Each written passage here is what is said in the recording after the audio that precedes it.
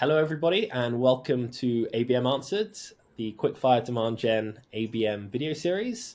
I'm here with Ryan, who is totally capable of introducing himself in a second, but just to give a short overview of the series, Ryan, in this case, will be given 7 questions to respond to all about ABM and demand generation. The questions have basically stemmed from problems from data that we've collected at mixed reality rooms, where over 1,000 marketers have gone through an experience in the last 6 months and stated what their biggest headaches and struggles are with demand generation and ABM at the moment. So yes, Ryan, I'll hand it over to you to give an intro. Awesome. Well, thank you so much, Sam. I appreciate inviting me and having me on. As a quick intro, my name is Ryan Moline. I'm a director of product marketing at Bombora. So we sell intent data to B2B marketers and sales professionals, and have pretty good experience in the B2B landscape in the space. So excited to dive into some of these questions today and hear what other people are saying as well. It's all about learning from each other and figuring it out together. So I'm excited to get going here. Nice. Well, let's rock and roll. Diving straight in, problem 1 that came up was identifying and understanding the target market. So the question in this case, or my question would be like, how do you approach identifying your target accounts, I guess, and adapting your marketing strategy accordingly to engage them?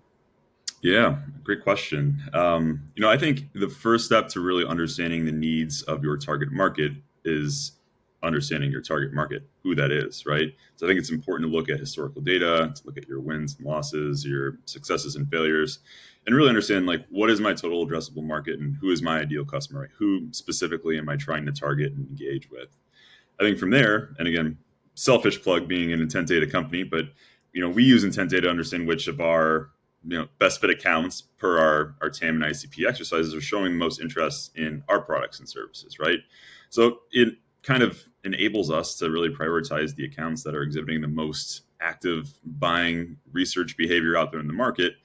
And then we can nurture the other ones that are kind of just getting started with their research, right? So I think it's just really understanding who you can sell to, who the key stakeholders are at those types of organizations, and then looking for those signals that say, hey, we're ready to have a conversation, we're ready to buy what you have, and going on the journey with them from there.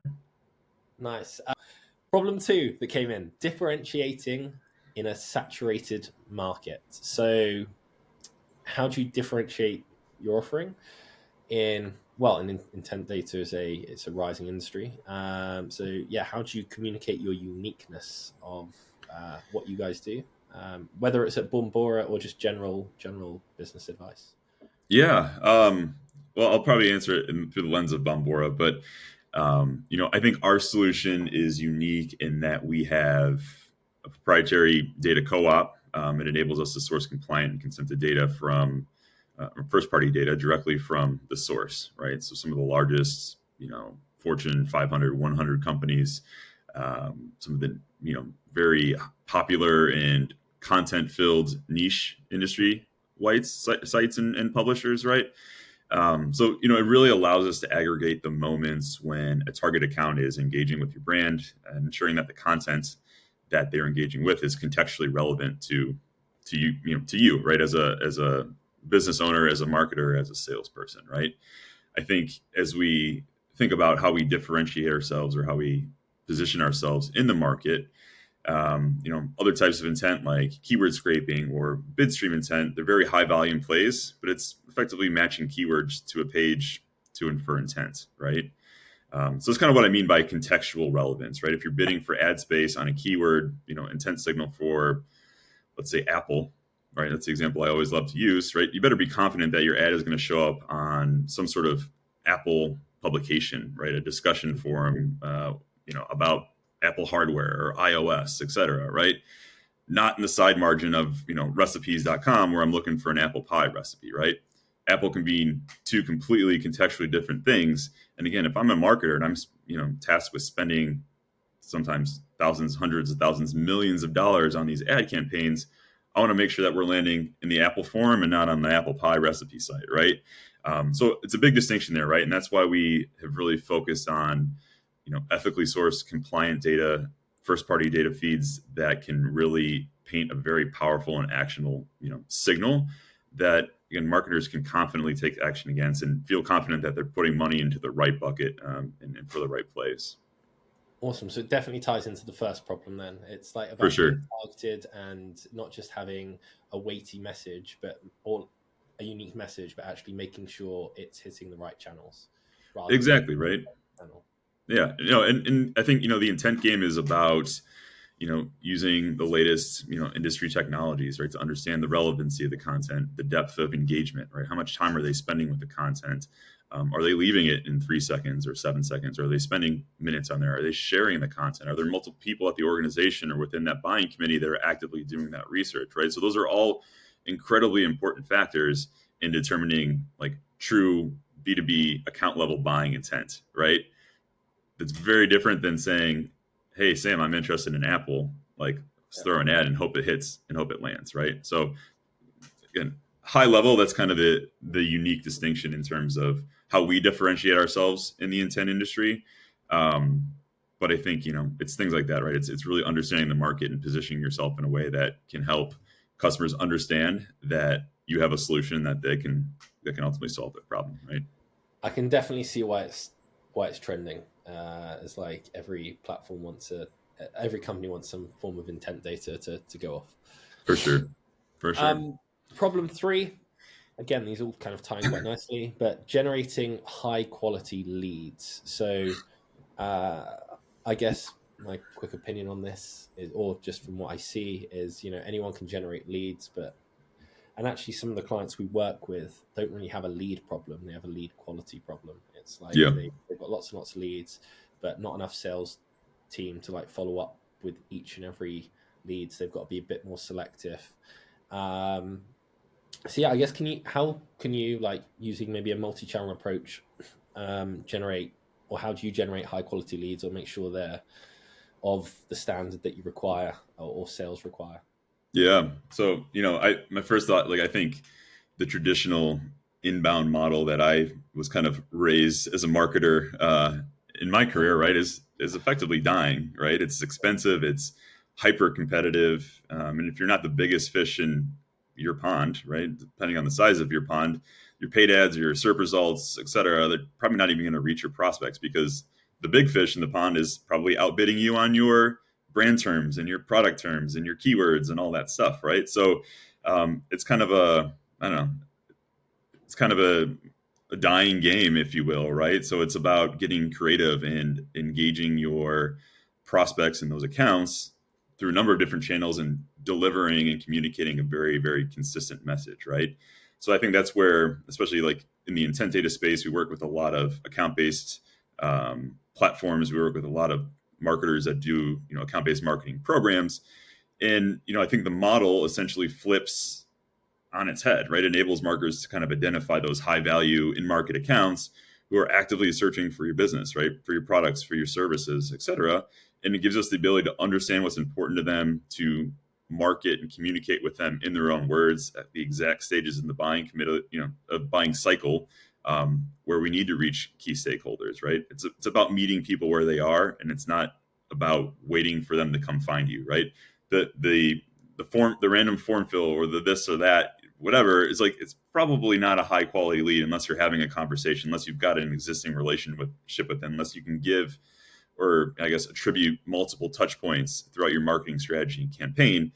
Right, there's a lot more substance there, I think, and there's a lot more of a surround sound type of approach versus just like throwing up our name on a billboard and hoping somebody finds us and calls, right? Like, I think that's where obviously marketing has gone now, and I think it's probably where it's going in the future, right? So it's really understanding, do I have the right data sets? Do I have the right tools to fuel a multi-channel approach so I can reach people exactly where they are on the internet, exactly when they need to hear that message from me, right? I think that's the key element there is finding them where they need to be found. Ryan, I'm well aware I'm interviewing you, and this isn't a Bombora sales demo, but that's 3 out of 3, which questions where I've left feeling like I probably should buy Bombora at this point, or I like can send a contract over after we hop off this call if you like. it's like a no-brainer for intent data. Right, let's keep it going. Problem 4: sales and marketing alignment. So Ooh, yeah. again, big problem. I'm not sure how intent data comes into this, but like how do you approach this? How do you align sales and marketing? Yeah, so I think this is it's a great question, and unfortunately doesn't always have a simple answer. I've been in the ABM space for a long time now, and I've you know been involved with the sales and marketing alignment conversation many times over, right? Um, but my first thought is, like internally at Bombora, really any company, it's like when I think about alignment between sales and marketing, my first thought goes to RevOps, right? Like if you have a good operations team that can build the right processes and workflows and make sure that the data is shared correctly and apparent and it's clean and it's consistent, right? Like that is so crucial to the success of anything, an ABM program, sales and marketing alignment, running a business, etc. Right. So if you can walk over to your RevOps team and give them a big hug today because they are the absolute linchpin of business today, right?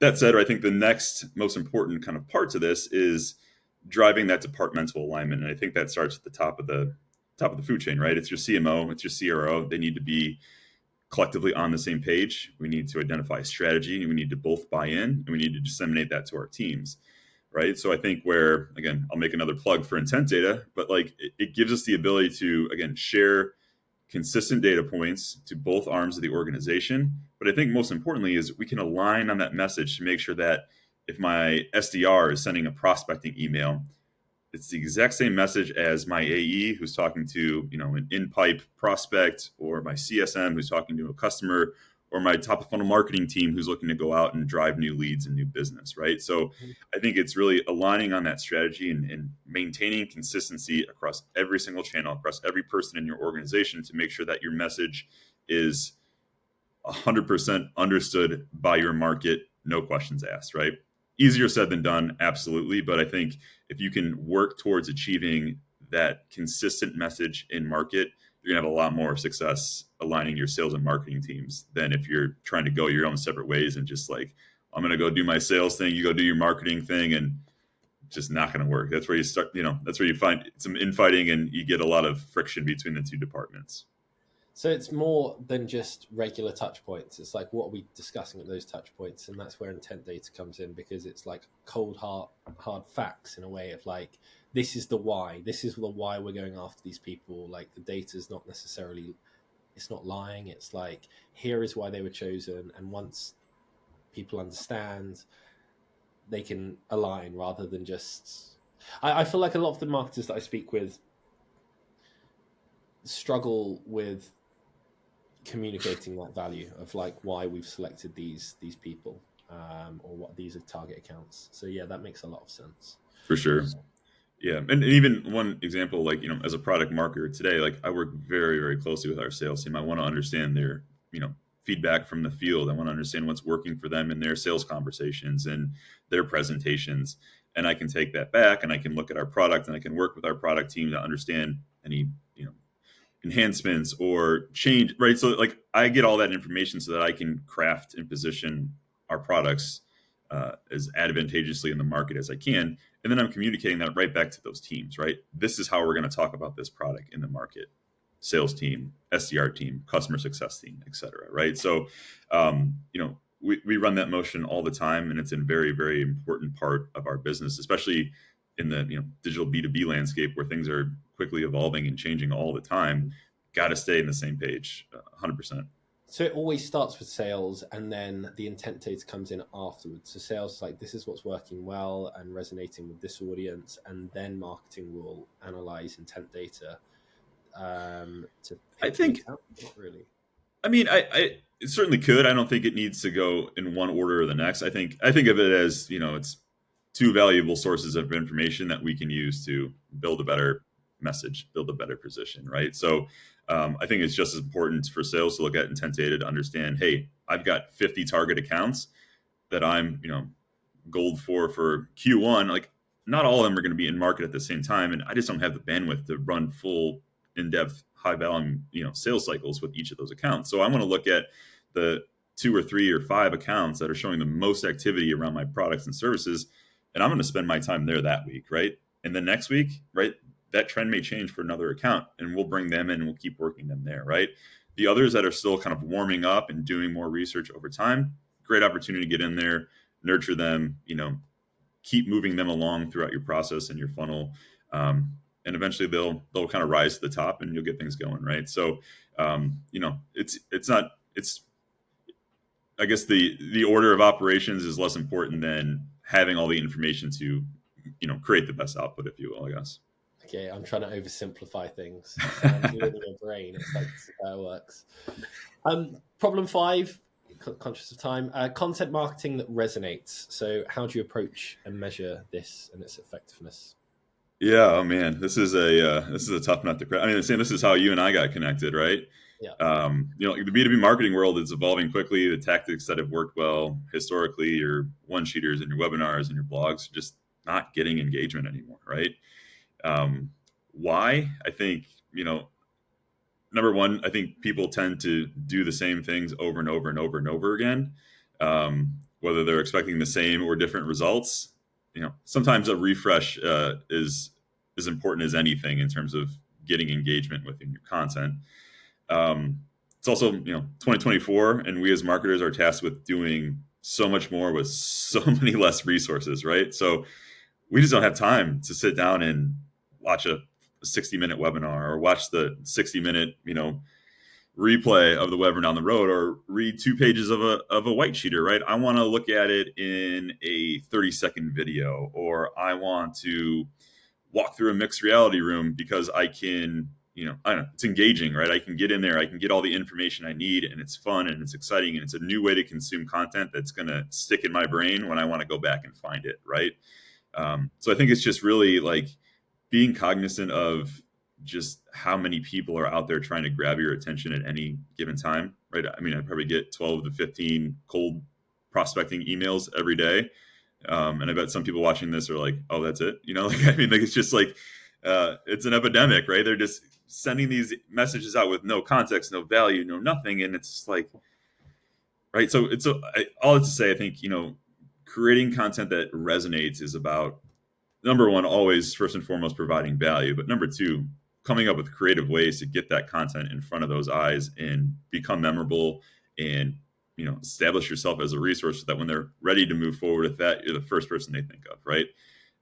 Again, also easier said than done, but I think there's some really cool tools out there, yours being one of them, where people can really get in there and start to change the way we market as B2B marketers, and how people engage with content. Awesome. Well, I appreciate the compliment. It's interesting for us because it's going like it's 2 ways. You're right. It's like what was currently working doesn't seem to be working anymore, and you've got human behavior where attention spans are getting shorter. So it's like, Sure. do you go down the short form real route, or do you go kind of down the route that we're taking in some aspects of like just upping the level of engagement, making it far more entertaining, giving them something refreshing and different. So we're personally interested to see how it will play out in the next couple of years. But yeah, For sure. platforms like LinkedIn kind of drive me insane at the moment. 5 years ago, it was kind of a bit cooler. Now it's just full of rubbish. Yeah, got 2 more. We'll quickly rock and roll then. Problem 6, navigating the long B2B sales cycle. So sales cycles have got longer. How are you approaching this? Yeah, I'll try to keep this concise, but I think it starts with problem number 1, right? Have I identified the right types of accounts that are going to be a good potential fit for my business, right? And if you have, I want to understand how my product or service is ultimately going to fit in that space, right? How do I position it in a way that resonates with my audience and that is effectively conveying that I have a solution to your problem, right? So I think that's part 1 of it. I think, again, intent data gives us a bit of a leg up in that we can quickly identify those accounts and kind of filter them out of a larger pool and find the accounts that are, again, exhibiting real-time active buying behaviors that are going to be a really good fit for our account, and we can focus our time on engaging those types of accounts while the other ones nurture and kind of come along at their own speed, at their own time, and we'll certainly do our part to nudge them in that direction, right? But I think if you look at the length of, especially like an enterprise sales cycle in B2B, right? Like, I feel like the larger the company, and I've been in sales engineering and a lifetime before this, right? It's like the larger the company, the more red tape, and it takes exponentially longer to move forward with anything, right? So it's about building relationships, right? Enterprise buyers buy from people they know, people they trust, people that provide value, right? Like hard stop, right? Getting multi-threaded in your accounts, kind of a buzzy term, but again, you can't rely on one single person to be your champion and your buyer and your advocate and your practitioner, et cetera. You got to bring all those people together, and then you've got to market to them in a way that's going to resonate in their world, in their terms, in their day-to-day job function and description, right? So I think that's some of the challenge there is creating maybe the content machine, but also nurturing and building the relationships so that you can continue to, again, provide value and guide them along that sales process without, you know, screwing it up, right? Effectively, right? Like in an 18-month sales cycle, like, yeah, you could go cold for a while because it takes 3 months to get from, you know, legal to procurement. Or I can spend my time sending content to my legal teams and my procurement teams to get them familiar with our company, with our brand, what we do, who we are, so that when the paper hits their table, maybe it's a little bit of easier process, right? So it's really getting creative and understanding how we can continually sustain engagement throughout the deal cycle, whether it's 3 weeks or, you know, 3 months, 3 years, right? It's being involved, building those relationships, and again, continuing to always provide value. Putting in the work. That's I've right. got follow-on questions, but we won't do that. I'm going to try and get this last one in.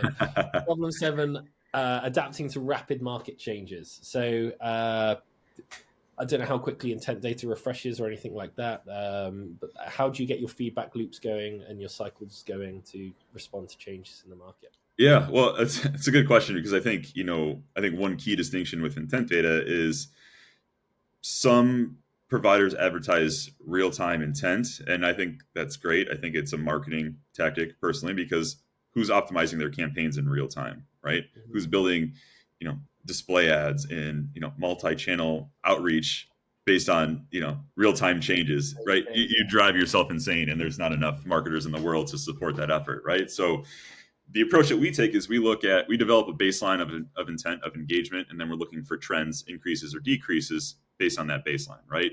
So that's how we can kind of lean in and really understand, I think, the evolution of an account within the market, how things are changing. It's also very important to be, you know, hyper aware of your industry and the market that you're selling into. You know, especially in the data landscape, right? Third-party cookies are starting to deprecate finally. But I think we've done a good job of, you know, tracking that market developments and those advancements and becoming less reliant on third-party data, and, you know, working side by side with thought leaders in the space to make sure that we're well positioned so that when things do change, we can keep moving forward and that we, you know, position well within that market. And obviously that's a very high level example, but I think it resonates, you know, for individual contributors as well, right? We got to know what's going on in our industry. We got to know what's going on with our competitors. We should be always tracking them because we know they're tracking us, right? Like, we want to know exactly what's going on in our industry. We got to align ourselves with leadership and with their vision and with their strategy, and you got to buy in, right? So I think, you know, if you can surround yourself with the right people, with good, smart, intelligent people that can really, you know, move the needle for your business, I think you're going to be in good shape. And just, you know, have that mentality of, you know, flexibility is key, and understand when the right time to pivot, you know, ultimately is, right? I think it's easy to react and change because something happened, but I think it takes a little bit more intentionality to sit back, think about the problem, address it, and come up with a plan or a solution to respond, right? Instead of having a knee-jerk reaction that could potentially throw off our entire business strategy or our vision, right? So I think it's just understanding what's going on, taking in as much information as you can, working with world-class people to solve these problems, and keep moving forward. Tackle these problems and keep pushing forward, Rather than reacting just off every kind of signal, and be more intentional.